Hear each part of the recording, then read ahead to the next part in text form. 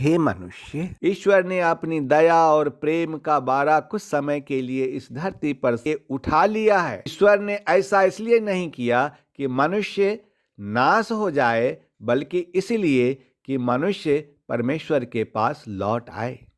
इसी उद्देश्य से ईश्वर ने थोड़े समय के लिए अपनी दया, जो अब तक के अंधकार की सत्ताओं को अपने ही वचन के बारे में उनको हदें बांध दी थी कि इससे आगे नहीं जाना, और इस कारण से परमेश्वर के पुत्र के दया के कारण संपूर्ण धरती के मानव अमन और चैन से थी। परंतु इस वर्तमान समय में लोगों ने पापी जीवन जिया। इस कारण से ईश्वर बेचैन हो जाते हैं और कहते हैं कि इन्होंने तो उद्धार के रास्ते को ही त्याग दिया। इस कारण से ईश्वर ने कुछ समय के लिए ऐसी परिस्थिति को आने की अनुमति दी स्वेच्छा से। वैसे तो ऐसी परिस्थिति को आने की अनुमति देने से नुकसान तो ईश्वर की सृष्टि को ही हो रहा है, परंतु करते भी क्या, ये ईश्वर की मजबूरी है। आंसू हरी आंखों से पृथ्वी को देखकर अपने ही सृष्टि के ऊपर होने वाली अत्याचार के कारण मेरा प्रभु व्याकुलता से रो लेता है, परंतु मजबूरन कुछ नहीं कर पा रहा है जिससे कि लोग ईश्वर के पास लौट आए।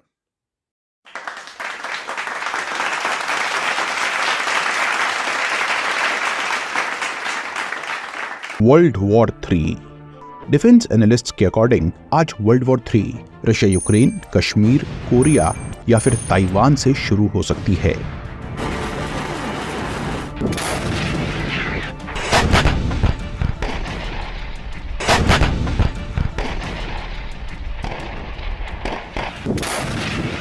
क्या हम as a nation world war 3 के लिए रेडी हैं? हे मनुष्य, आज की जो फिक्र है उसे हम देखते हैं। वेस्ट से लेकर सेंट्रल यूरोप तक रूस का साम्राज्य फैला था, जिसे दुनिया किंगडम ऑफ रूस के नाम से जानती थी। लेकिन मौजूदा वक्त में ऐसा करना मुमकिन है? क्या फिर से यूरोप के कई देशों को रूस अपने नक्शे में शामिल कर सकता है?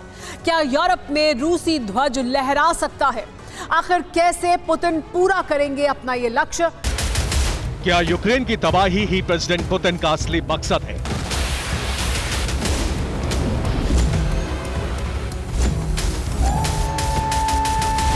या फिर यूक्रेन को रूस के नक्शे में जोड़ना?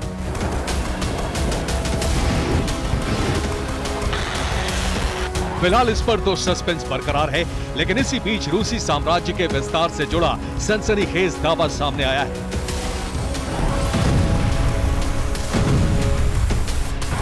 जिसमें सिर्फ यूक्रेन ही नहीं, बल्कि यूक्रेन के साथ साथ आधे से ज्यादा यूरोप तक शामिल है।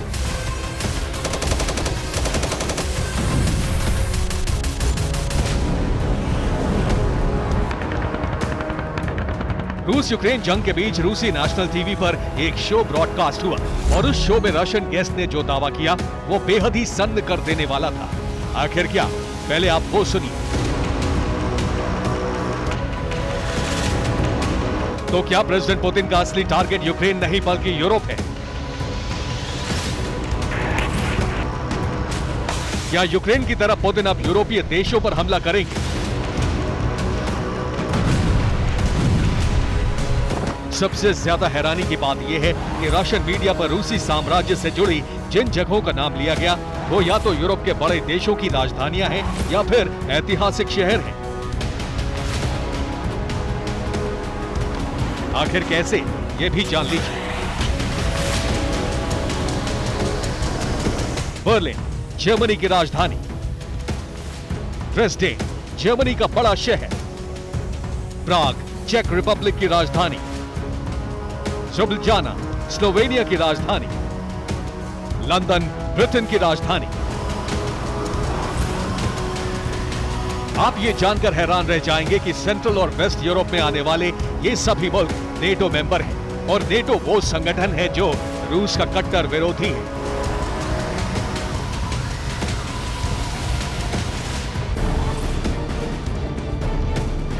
दशकों से नेटो और रूस की अदावत जारी है। ऐसे में पुतिन अगर फिर से सदियों पुराने रूसी साम्राज्य का ख्वाब पाल रहे हैं तो उसे हासिल करना बेहद मुश्किल है। बिना युद्ध के तो ये संभव नहीं है।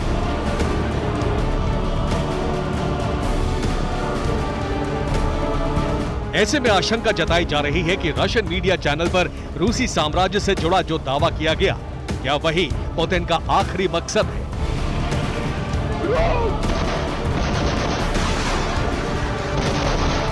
क्या इसी प्लान के तहत पुतिन ने यूक्रेन पर अटैक किया ताकि यूक्रेन के समर्थन में नेटो आए और इसी बिना पर रूस नेटो के खिलाफ जंग का ऐलान कर सके?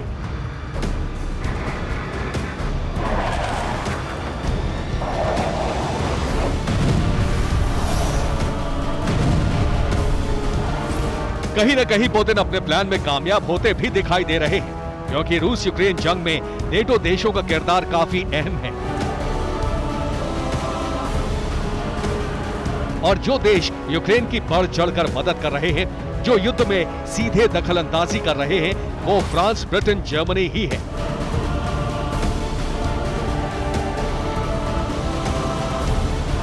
क्योंकि यूरोप में शामिल नेटो के ये देश लगातार यूक्रेन को विध्वंसक हथियारों की सप्लाई कर रहे हैं, यूक्रेनी सेना को गोला बारूद मिसाइलें भेज रहे हैं, वहीं यूक्रेन को लॉन्ग रेंज वेपन्स भी दिए जा रहे हैं।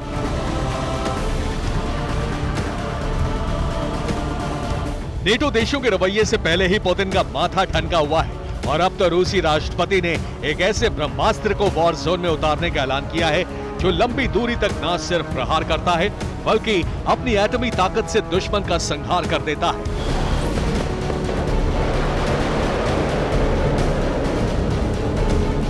और वो है RT-2PM2 टोपोल M-ICBM।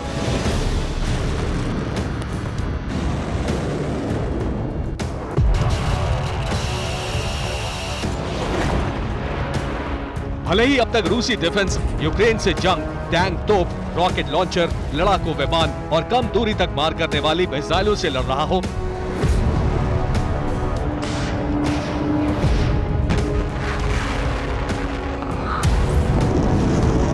अगर अब वॉर जोन में पुतिन अपने विनाशक वेपन को झोंकने वाले हैं,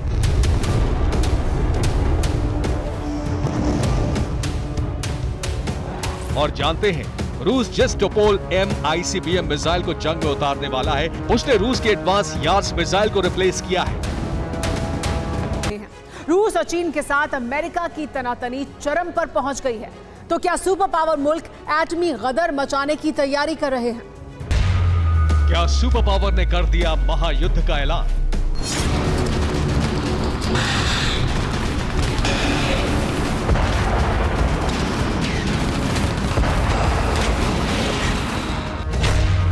क्या समंदर में शुरू होने जा रही है सबसे बड़ी जंग?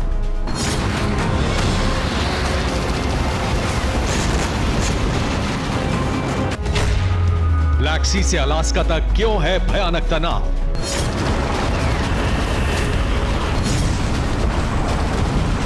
अमेरिका की सबसे बड़ी नेवल एक्सरसाइज शुरू हो गई है। अमेरिकी नेवी ने एक साथ पूरी दुनिया में युद्धाभ्यास शुरू किया है। इसे तीसरे विश्व युद्ध के रिहर्सल के तौर पर देखा जा रहा है।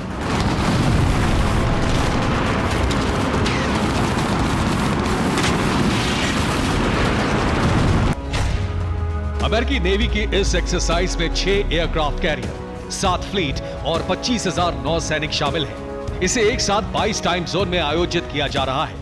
इसे लार्ज स्केल एक्सरसाइज 2023 का नाम दिया गया है। अमेरिकी नौसेना सभी 7 महाद्वीपों में 10 दिनों तक नेवल एक्सरसाइज करेगी और इस दौरान दुनिया के हर महासागर में अमेरिकी नौसेना युद्ध अभ्यास करेगी। आखिर समंदर में अमेरिका का मंसूबा क्या है? क्या अमेरिका किसी बड़े मिशन को अंजाम देने जा रहा है? एक्सपर्ट्स का मानना है कि अमेरिका के लिए ये एक्सरसाइज बहुत जरूरी हो गई थी, क्योंकि चीन और रूस की बढ़ती ग्लोबल धमक के बाद अमेरिका की ताकत पर सवाल उठने शुरू हो गए थे। इसलिए अब अमेरिका समंदर में अपना दबदबा दिखाने जा रहा है। अमेरिकी नौसेना का दूसरा बेड़ा उत्तरी अटलांटिक महासागर में महायुद्ध की तैयारी करेगा। इस बेड़े को सीधे पेंटागन से ऑर्डर मिलेगा। अमेरिकी नौसेना का तीसरा बेड़ा पूर्वी प्रशांत महासागर में जंग की तैयारी करेगा। इसे युद्धाभ्यास के ऑर्डर सैन डियागो से मिलेंगे। अमेरिकी नौसेना का चौथा बेड़ा दक्षिण अटलांटिक महासागर में सबसे बड़ी जंग के लिए तैयार है। विश्व युद्ध जैसे हालात के बीच इसे फ्लोरिडा के मैपो से ऑर्डर मिलेंगे। अमेरिकी नौसेना का पांचवा बेड़ा मध्य पूर्व में तैनात है। बहरीन के मनामा से इसके लिए ऑर्डर जारी होंगे। अमेरिकी नौसेना का छठा बेड़ा इटली के गायटा में तैनात है। यह बेड़ा खासतौर पर रूस को भूमध्य सागर में रोक देने के लिए वॉर एक्सरसाइज करेगा। अमेरिकी नौसेना का सातवां बेड़ा पश्चिमी प्रशांत महासागर में तैनात है। जापान के योकोशुका से इसे ऑर्डर मिलेगा।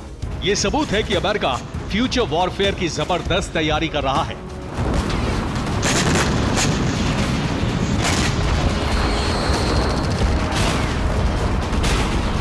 उधर ब्लैक सी और अलास्का की खाड़ी भी बारूद से खौल रही है। ब्लैक सी में इससे पहले कभी इतनी हलचल नहीं देखी गई। ब्लैक सी से यूक्रेन लगातार रूस पर ड्रोन अटैक कर रहा है।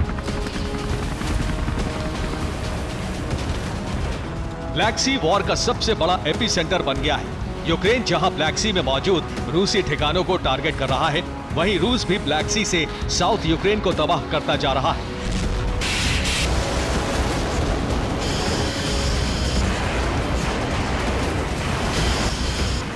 ब्लैक सी से यूक्रेन के अलावा नेटो देशों के बॉर्डर पर भी रूस अपनी मिसाइलें गिरा रहा है। उधर अलास्का की खाड़ी में चीन रूस के साथ मिलकर नौसैनिक गश्त कर रहा है। रूस और चीन ने यूएस के मुहाने पर एक्सरसाइज की। दोनों देशों की नौसेनाओं ने अलास्का के पास संयुक्त अभ्यास किया। अलास्का में चीन और रूस के महाविनाशक युद्धपोतों को देखकर अमेरिका भी एक्शन में आ गया। अमेरिका ने अपने किलर मिसाइलों से लैस डिस्ट्रॉयर को अलास्का के पास भेज दिया। अमेरिका ने सबमरीन का शिकार करने वाले अपने P-8 विमान को भी अलास्का रवाना कर दिया। रिपोर्ट्स के मुताबिक रूस और चीन की नौसेनाओं ने अलास्का के पास अभ्यास ठीक उसी जगह पर किया जहां रूस और अमेरिका की समुद्री सीमा मिलती है। अलास्का में चीन और रूस के साथ पहले से ही अमेरिका की तनातनी जारी है। उधर ब्लैक सी में रूस की परमाणु हथियारों की तैनाती से समंदर के मोर्चे पर तनाव बढ़ता जा रहा है। इसे महायुद्ध की आहट माना जा रहा है। रूस एक शक्तिशाली देश है, तो वहीं यूक्रेन सैन्य ताकत में कम है।